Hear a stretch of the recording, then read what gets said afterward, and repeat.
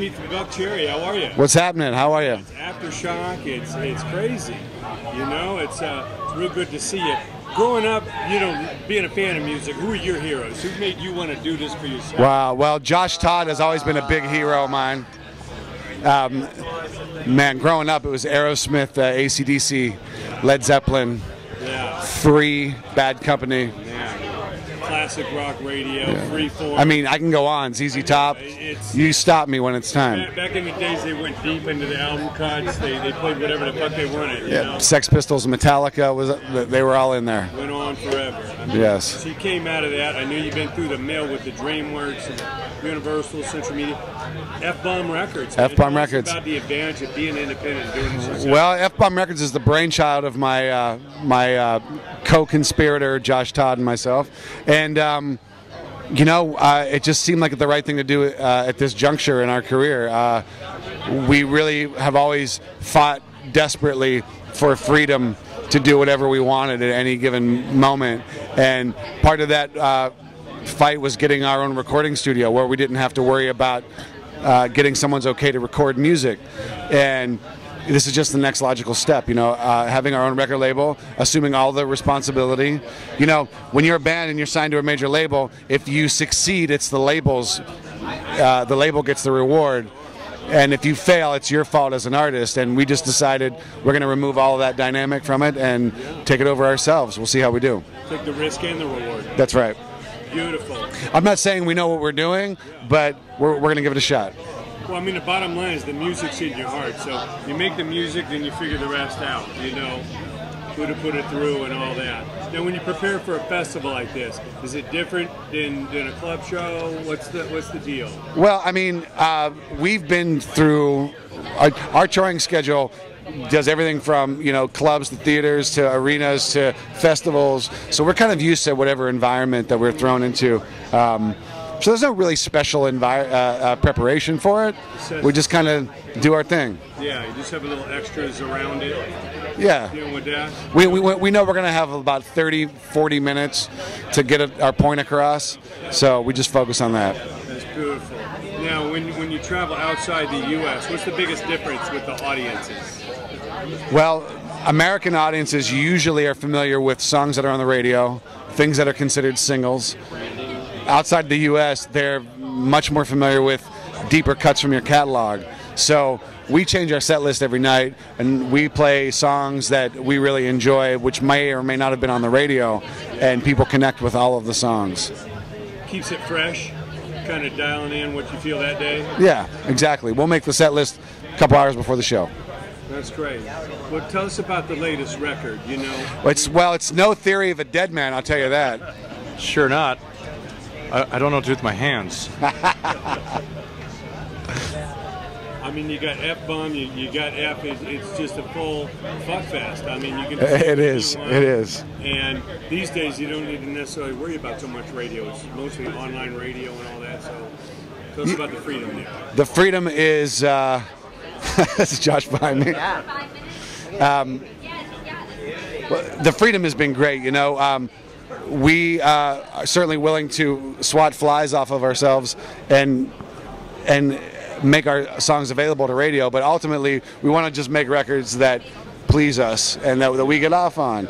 And I think our fans are smart enough, they're intelligent enough, they appreciate what we do, they'll go with us. Sure. I mean, Crazy Bitch was such a huge breakthrough for you, and obviously the F-Bomb is throughout that, and you know, it's liberating to be able to not have to dilute or filter what you do, because you know the fans, they're naturally saying all these words all day long anyway. Yeah, you know, I don't know why music has had such had such restrictions on it. When you see the biggest stand-up comedians on the planet, you know, their subject matter is far worse. The biggest movies, the box office smashes, contain all that language. So why can't our records contain it? Yeah, it is definitely restricted. Now, what are your plans for the future? Obviously, you guys have achieved so much. You've got a worldwide audience. What's left to conquer? What's in the bucket list? Well, I mean, we're still trying to spread this EP all over the world. And get this label off the ground and get it successful. I think there's always the next tour.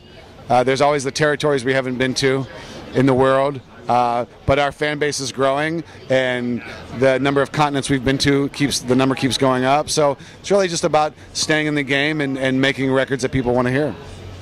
So what's exciting about taking it to the territory? It's a fresh audience. They're starving for music. You have a real hungry crowd. Absolutely. Taking a global view of the world of music is pretty awesome, and we've worked really hard to expand outside of the U.S. A lot of artists are happy to just be in the States, but we want a worldwide fan base. Sure.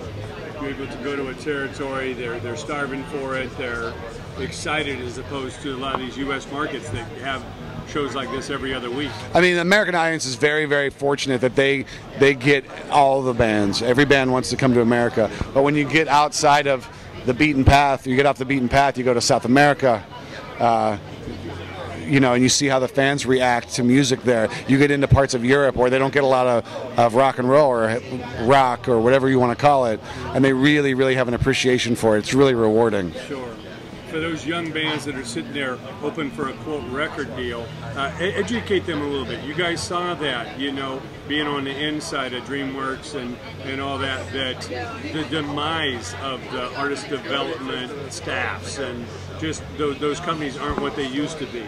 School. I mean, I don't think there's any wrong answer. So if a band chooses to be on a major label and play that game, there are a lot of upsides to it. They can market a record. They have power to do a lot of things that you can't do when you're an independent artist. So you really have to understand what you're giving up and what you're getting. That's really the biggest thing, and then you have to make the best decision you can for yourself. We've done it a number of different ways, and now we're trying this. But then again, even if you, quote, think that a major label is best for you, I mean, the smaller number of acts they're signing and actually putting out, or really they're looking for an independent success. So it's not even talent they're looking for. They're looking for a breakthrough, Yeah, I mean, look, I can't say bad things about the process, because for some people it works great. For us, right now, we're doing what we think is the right thing for our band and our audience, and doing it ourselves. Sure. As far as songwriting goes, what advice do you give to those young bands in the garage? Of course, they're playing covers, but to be able to create your own classics or your own sound, what advice do you give to the young musicians? I mean, just try to find your own voice, We're all inspired by the bands that came before us. And at times you can hear bits of those influences peek into the music. There's nothing wrong with showing your influences, but I think it's really important to just try and find your own voice. And the song is king for this band. It's always about the song, and all the other stuff comes later. Yeah. And that's what lives on. When you talk about Aerosmith, the Van Halen, Led Zeppelin, the songs live on. Yes. It's everything. Keith, it's a real pleasure. Can't wait to see you slay the Aftershock crowd, and best of luck on the album and your own labels. Thank you. All right.